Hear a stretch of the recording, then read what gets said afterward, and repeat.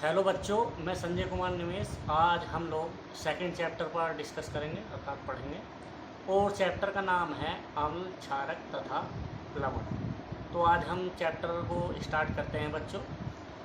और सबसे पहले पढ़ेंगे हम अम्ल, फिर क्षार, फिर उनको कैसे हमारे केमिकल और केमिकल प्रॉपर्टीज़ हैं, भौतिक गुण तथा रासायनिक गुण, उनके साथ पढ़ते हैं। तो बच्चों स्टार्ट करते हैं। बच्चों, ये लेसन 2 है जिसका नाम है अम्ल, क्षारक तथा लवण। अम्ल को अंग्रेजी में हम एसिड बोलते हैं, क्षारक को अंग्रेजी में बेस बोलते हैं और लवण को सॉल्ट बोलते हैं। तो सबसे पहले हम बात करेंगे अम्ल की अर्थात एसिड की।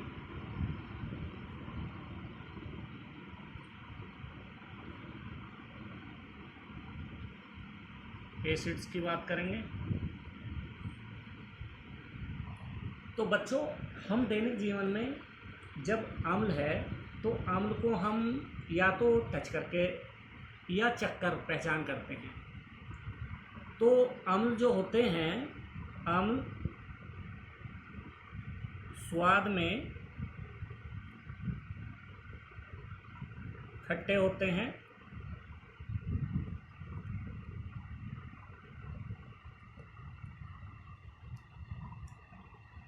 तो हम जब टेस्ट करते हैं जो पदार्थ हमें खाने में खट्टे लगते हैं वो अम्ल होते हैं, वो अम्ल होते हैं। पहला पॉइंट। दूसरा पॉइंट, जो अम्ल होते हैं वो लिटमस पेपर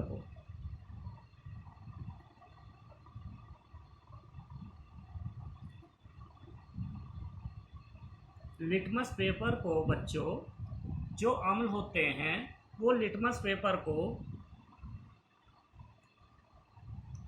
नीले से लाल में परिवर्तित करते हैं, अर्थात ब्लू से रेड में कन्वर्ट करते हैं। तो हम जब लेबोरेटरी में पढ़ते हैं, लैब में जाएंगे हम, तो लैब में जब हम प्रैक्टिकल करेंगे बच्चों, तो वहाँ एक लिटमस पेपर मिलेगा आप लोगों को। जैसे ही हम उसे एसिड डालते हैं उस पर, तो वो ब्लू से रेड हो जाता है। तीसरा पॉइंट है बच्चों, जो अम्ल होते हैं वो सक्रिय धातुओं से, सक्रिय मतलब एक्टिव मेटल, एक्टिव मेटल्स जितने भी होते हैं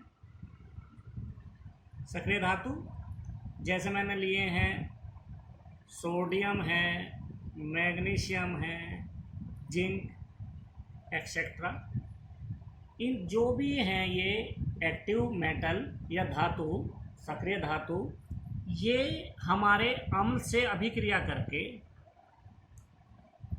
अम्ल से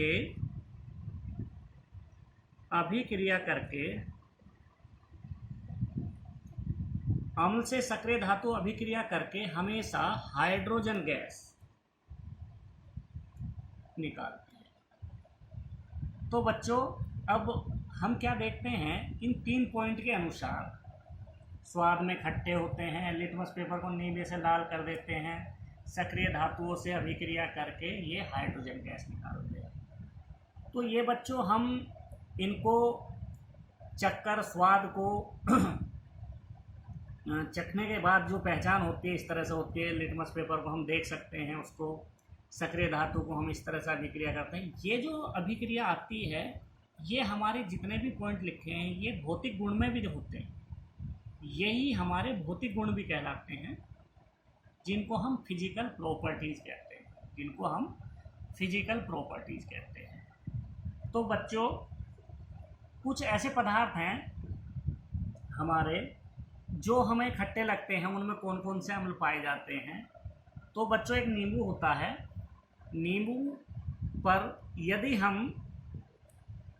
नींबू पर कोई हमने अम्ल डाला है तो वो ब्लू से रेड में कन्वर्ट हो जाएगा।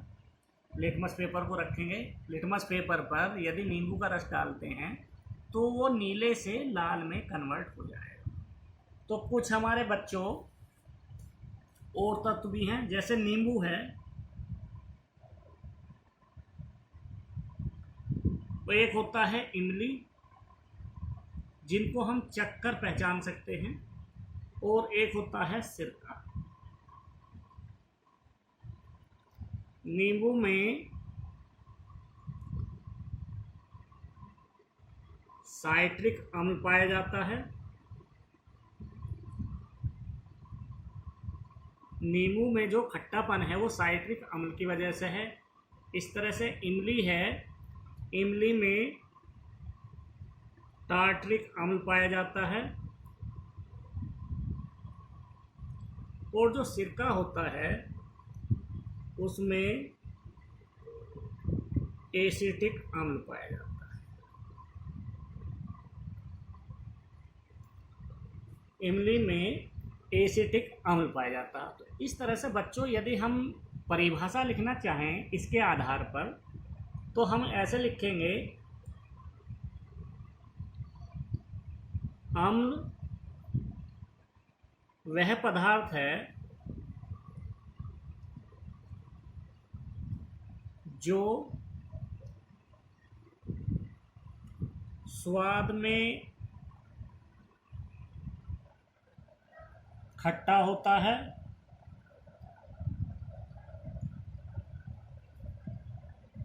स्वाद में खट्टा होता है, अम्ल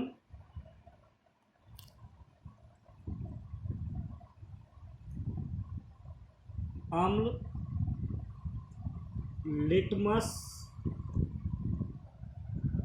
पेपर को नीले से लाल में परिवर्तित कर देता है, और सक्रिय धातुओं के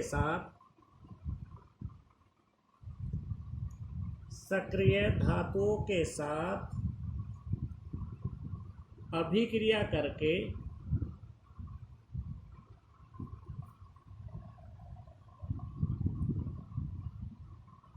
हाइड्रोजन गैस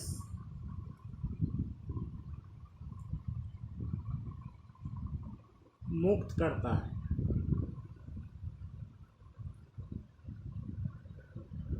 अम्ल कहलाता है।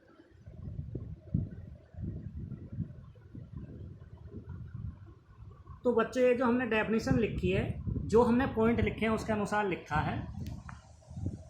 पहला बच्चों हमने लिखा है कि अम्ल स्वाद में खट्टे होते हैं, मैंने ये लिखा है। फिर लिखा है लिटमस पेपर को वो नीले से लाल में परिवर्तित कर देता है, और सक्रिय धातुओं के साथ वो हाइड्रोजन गैस रिलीज या मुक्त करता है।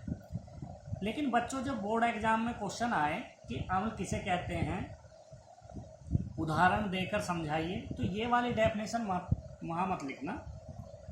ये आप लोग अधिकतर जो अच्छे मार्क्स लाने हैं, ये परिभाषा उनके लिए सूटेबल नहीं है। उसके लिए हम जलीय विलयन देखते हैं कि कैसे जलीय विलयन होता है, जिसको हम एक्वस सॉल्यूशन बोलते हैं, तो उसकी बात करते हैं बच्चों।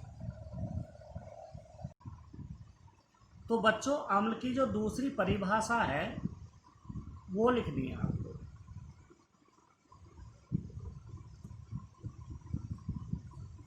अम्ल की क्या परिभाषा है कि कोई हमारा अम्ल है,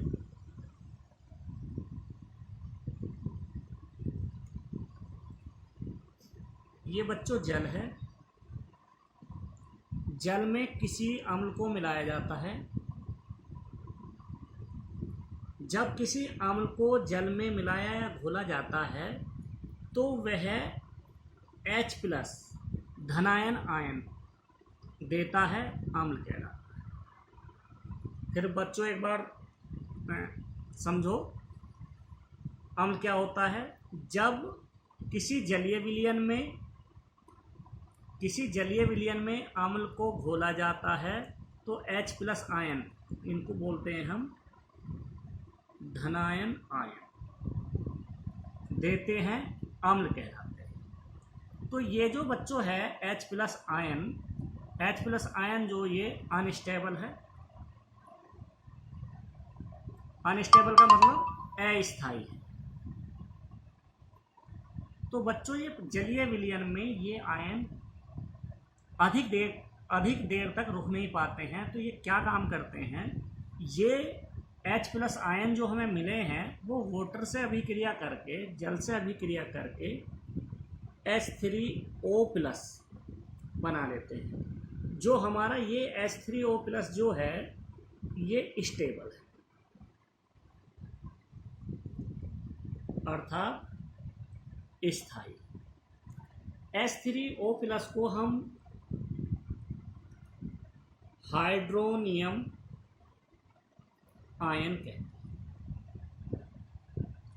हाइड्रोनियम आयन कहते हैं। तो बच्चों कुछ किताबों में परिभाषा इस तरह से लिखी होती है, जब किसी जलीय विलयन में अम्ल को घोला जाता है तो हाइड्रोनियम आयन प्राप्त होते हैं, अम्ल कहलाते हैं। तो या तो ऊपर वाली परिभाषा मैंने अभी दूसरी बताई है, या हाइड्रोनियम आयन के अनुसार इस परिभाषा को लिख सकते हो। एक एग्जाम्पल लिया है बच्चों मैंने, एग्जाम्पल मैं लिख देता हूँ। अम्ल के HCl, हाइड्रोक्लोरिक अम्ल, H2SO4, सल्फ्यूरिक अम्ल, HNO3, नाइट्रिक अम्ल। तो बच्चों ये जो हैं अम्ल के एग्जाम्पल हैं। मैं इस एग्जाम्पल के साथ एक रिएक्शन करके दिखाता हूँ। HCl plus H2O। H2O क्या बच्चों कि हम अम्ल को, ये है हमारा हाइड्रोक्लोरिक अम्ल। तो बच्चों इस जल में हम जब जैसे ही घोलते हैं, जल में मिलाते हैं, तो हमें H के 2 और एक H ये मिलके बनाते हैं H3O+ हाइड्रोनियम आयन, और हमें एक मिलता है Cl- नेगेटिव चार्ज वाला। तो हम इसको बोलते हैं हाइड्रोनियम आयन। तो बच्चों यही परिभाषा लिखवाई थी हमने, जब किसी अम्ल को जल में घोला जाता है वो हाइड्रोनियम आयन देता है, अम्ल कहलाता है। तो बच्चों इस तरह से हमने अम्ल को पढ़ा है। अम्ल में और कुछ भी है। तो अम्ल क्या है हमारा, यदि बच्चों ये HCl और HNO3 का मिश्रण यदि हम ले लिया जाए, HCl जिसको बोलते हैं हम हाइड्रोक्लोरिक अम्ल, ये कैसा होना चाहिए, कंसंट्रेटेड, इसको मैं भी बताता हूँ बच्चों, प्लस HNO3 ये भी कंसंट्रेटेड, इसको हिंदी में बोलते हैं सांद्र, कंसंट्रेटेड को सांद्र बोलते हैं। तो बच्चों HCl के हमारे 3 अणु अर्थात मॉलिक्यूल और HNO3 का 1, यदि हमने इस रेशो में, इस अनुपात में लिए हैं, तो इन दोनों का जो मिक्सचर होता है उसको हम अम्लराज कहते हैं। इसको हम बच्चों अम्लराज कहते हैं। फिर एक बार समझो बच्चों, HCl के हम 3 लेंगे और HNO3 का 1।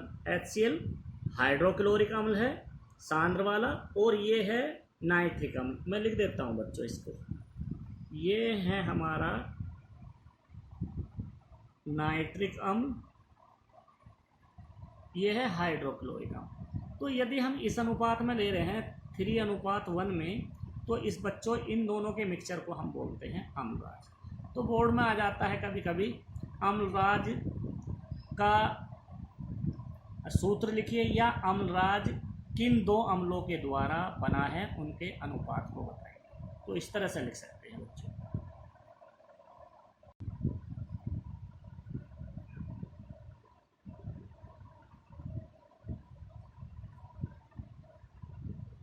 बच्चों एक होता है सांद्र, जिसको हम बोलते हैं कंसंट्रेटेड।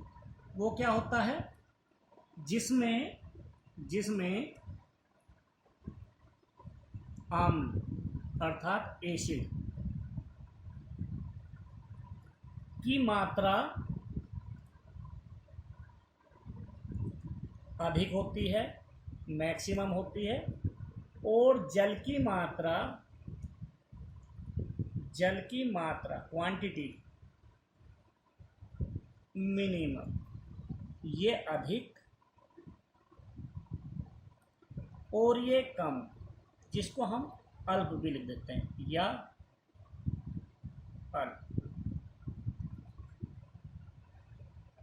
सांद्र अम्ल उसको कहते हैं, सांद्र या कंसंट्रेटेड अम्ल उसे कहते हैं जिसमें अम्ल की मात्रा अधिक व जल की मात्रा कम होती है, सांद्र कहलाता है। इसी प्रकार बच्चों एक होता है डाइल्यूट, जिसको हम बोलते हैं तन। जस्ट इसका अपोजिट होता है अम्ल अर्थात एसिड्स की मात्रा मिनिमम हो, मिनिमम का मतलब कम, और जल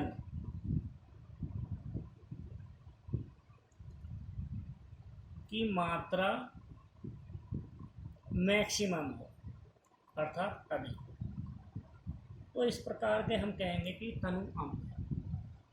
तो बच्चों अब हम सांद्र को तनु में कैसे कन्वर्ट कर सकते हैं, कैसे परिवर्तित करते हैं। तो सांद्र में यदि बच्चों हम H2O की मात्रा मतलब जल की मात्रा अधिक कर देते हैं तो वो डाइल्यूट में कन्वर्ट हो जाता है।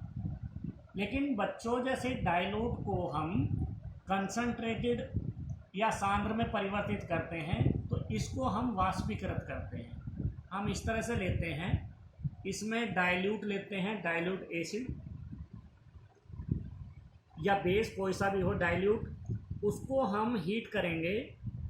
हीट करने के बाद वो वाष्पीकृत हो जाएगा और इसमें जो बचेगा एसिड की मात्रा, एसिड अर्थात कंसंट्रेटेड की मात्रा मैक्सिमम हो जाएगी। इस तरह से ये हमारा सांद्र में कन्वर्टेड हो जाएगा। तो इस तरह से बच्चों हमने अम्ल पढ़ा है। अब बच्चों हम क्षार पढ़ते हैं। तो बच्चों अब क्षार को पढ़ते हैं। जिस तरह से हमने अम्ल पढ़ा था उसको कैसे, उसका स्वाद कैसे था, इसी तरह से हम इसके भी बारे में बात करेंगे। जो क्षारक होता है उसका जो स्वाद में होते हैं क्षारक, जिनको हम बेसिस कहते हैं अंग्रेजी में, तो क्षारक स्वाद में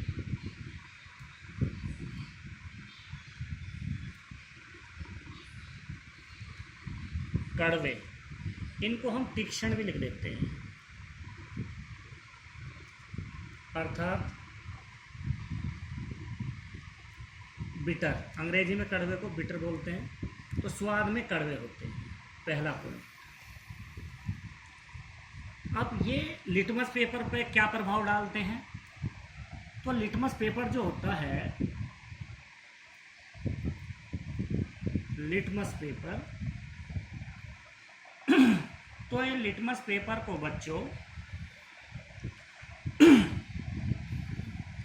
हमने लिटमस पेपर लिया है, लिटमस पेपर पे कोई क्षारक डाला है, क्षारक उस पर डाला है तो क्या प्रभाव पड़ता है। जिस तरह से अम्ल लिटमस पेपर को ब्लू से रेड कर देते था, इसी प्रकार यहाँ इसका जस्ट अपोजिट लिटमस पेपर को ये लाल से नीले में परिवर्तित कर देता, अर्थात रेड से ब्लू में कन्वर्ट कर देता है। तीसरा पॉइंट लिखा था हमने उसमें, ये ए है, ये बी एंड सी। ये भी क्या करता है, क्षारक भी सक्रिय धातुओं से अभिक्रिया करके, सक्रिय धातुओं से अभिक्रिया करके हाइड्रोजन गैस मुक्त करता है, रिलीज करता है। तो इस तरह से बच्चों हम इसकी भी परिभाषा लिख सकते हैं। क्षारक वे होते हैं, पहला पॉइंट लिखना हमें, स्वाद में कड़वे होते हैं। फिर यह लिटमस पेपर को लाल से नीले में परिवर्तित कर देते हैं तथा सक्रिय धातुओं के साथ अभिक्रिया करके हाइड्रोजन गैस मुक्त करते हैं, क्षारक कहलाते हैं। तो बच्चों कभी कभी बोर्ड एग्जाम में पूछता है क्षारक और क्षार में क्या डिफरेंस है। तो क्षारक तो वो हैं बच्चों जो अभी बताया है, क्षार उन्हें कहते हैं जो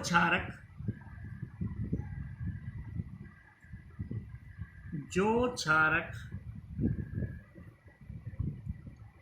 जल में विलय का मतलब है बच्चों सोल्युबल, घुलनशील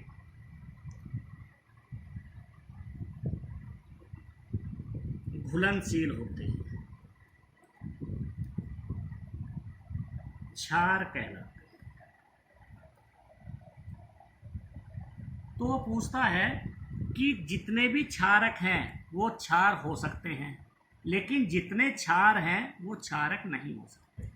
अर्थात क्षारक जितने भी हैं सभी क्षारक क्षार हो सकते हैं, लेकिन सभी क्षार क्षारक नहीं हो सकते।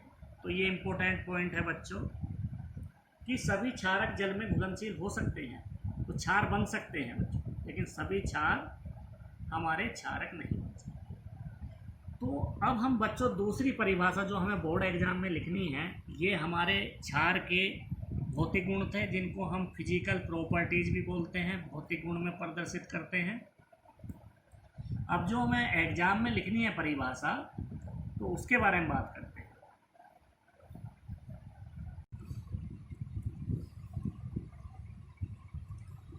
तो बच्चों अब हम क्षारक जो जलीय विलयन के आधार पर परिभाषा लिखेंगे। ये हमारा कोई जल है, इसमें बीकर में लिया है या किसी भी पात्र में लिया है जल, और इस जल में, इस वाटर में हम किसी भी क्षारक को घोलते हैं या मिलाते हैं तो वो OH- आयन, इनको बोलते हैं हाइड्रोक्सिल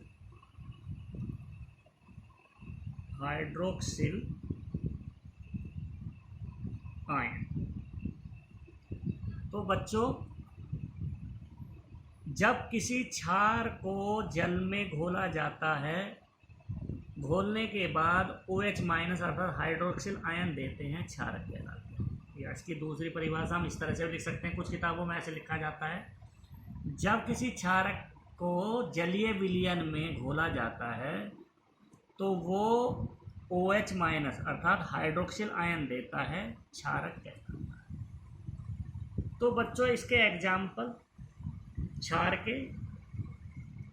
के एग्जाम्पल हैं NaOH, sodium hydroxide, KOH, potassium hydroxide, AlOH, thrice aluminium hydroxide. तो इस तरह से बहुत होते हैं बच्चों, मैंने यही लिखे हैं, और भी हैं अमोनियम हाइड्रोक्साइड, तो बहुत सारे हैं, मैंने ये लिखे हैं। तो ये एग्जाम्पल हैं बच्चों, ये क्षार के हैं हमारे। तो इसमें हमने जो पढ़ा है आज, हमने अम्ल क्या होते हैं, क्षारक क्या होते हैं। अब हम पढ़ते हैं बच्चों कि स्ट्रॉन्ग एसिड या बेस किस आधार पर हम बात करते हैं, तो हम इसके बारे में बात करेंगे अभी। तो बच्चों अब हम देखते हैं परबल अम्ल कौन से होते हैं। परबल अम्ल, जो परबल अम्ल होते हैं हम किस बेस पर उनको बताएंगे। परबल को कहते हैं हम स्ट्रॉन्ग एसिड्स। तो स्ट्रॉन्ग एसिड हम किस बेस पर कहेंगे कि किसी की हाइड्रोनियम आयन की सांद्रता जितनी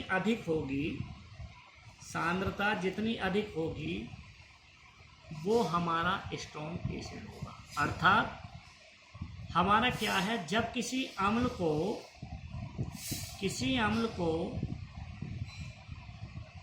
या क्षार को जल में घोला जाता है और वो पूर्णतः आयन में टूट जाता है तो उनको हम स्ट्रॉन्ग एसिड या बेस कहते हैं। तो हम बात कर रहे हैं स्ट्रॉन्ग एसिड की, तो कौन कौन से हैं? HCl, H2SO4, तो ये कंसनट्रेटेड H2SO4, कंसनट्रेटेड का मतलब सांद्र, HCl, H2SO4 सांद्र सल्फ्यूरिक अम्ल तथा HNO3 नाइट्रिक अम्ल, ये भी कंसनट्रेटेड नाइट्रिक अम्ल। तो तीनों बच्चों ये हमारे स्ट्रॉन्ग एसिड में आते हैं। जब इनको जल में घोलते हैं तो पूर्णतः ये अपने आयनों में टूट जाते हैं, इसलिए इनको हम स्ट्रॉन्ग एसिड कहते हैं। इसी प्रकार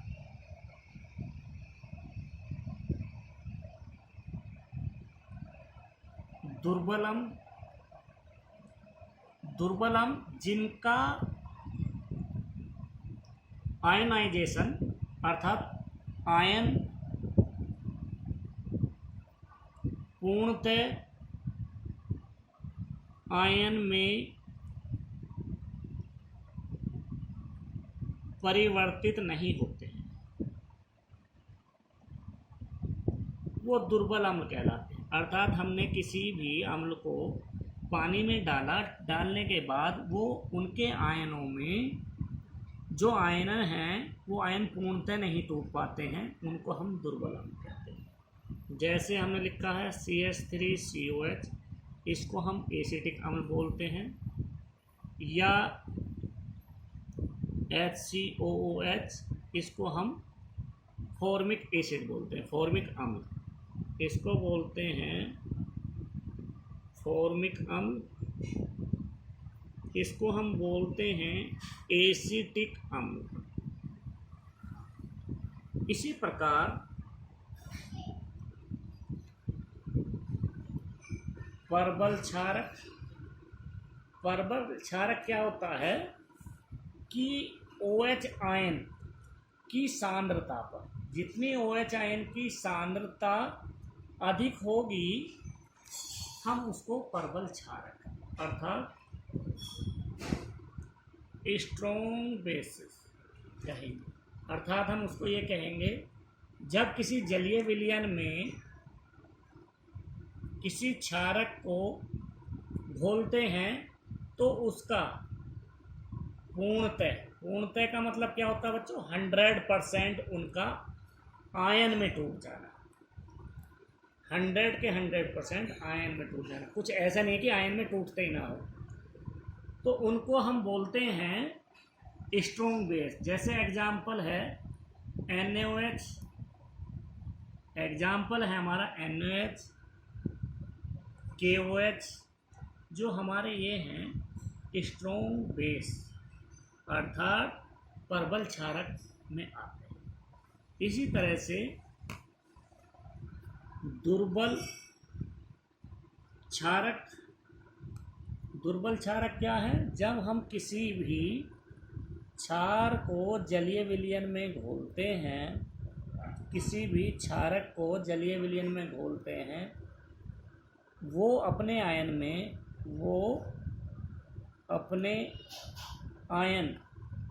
में पूर्णतः नहीं टूटते हैं। दुर्बल क्षारक जिसको हम बोलते हैं वीक बेसिस, उनको हम वीक बेसिस कहते हैं। एग्जाम्पल अमोनियम हाइड्रोक्साइड, एग्जाम्पल है अमोनियम हाइड्रोक्साइड। तो इस तरह से बच्चों हमने परबल अम्ल किस तरह से पहचानेंगे, दुर्बल क्षारक किस तरह से पहचानेंगे, अम्ल और क्षारक क्या होते हैं, सब बताए हैं। यदि बच्चों आप लोगों को वीडियो अच्छी लगी है तो वीडियो को लाइक सब्सक्राइब करना ना भूलें, और नेक्स्ट वीडियो में मिलते हैं बच्चों आपके साथ आगे। ओके बच्चों, बाय।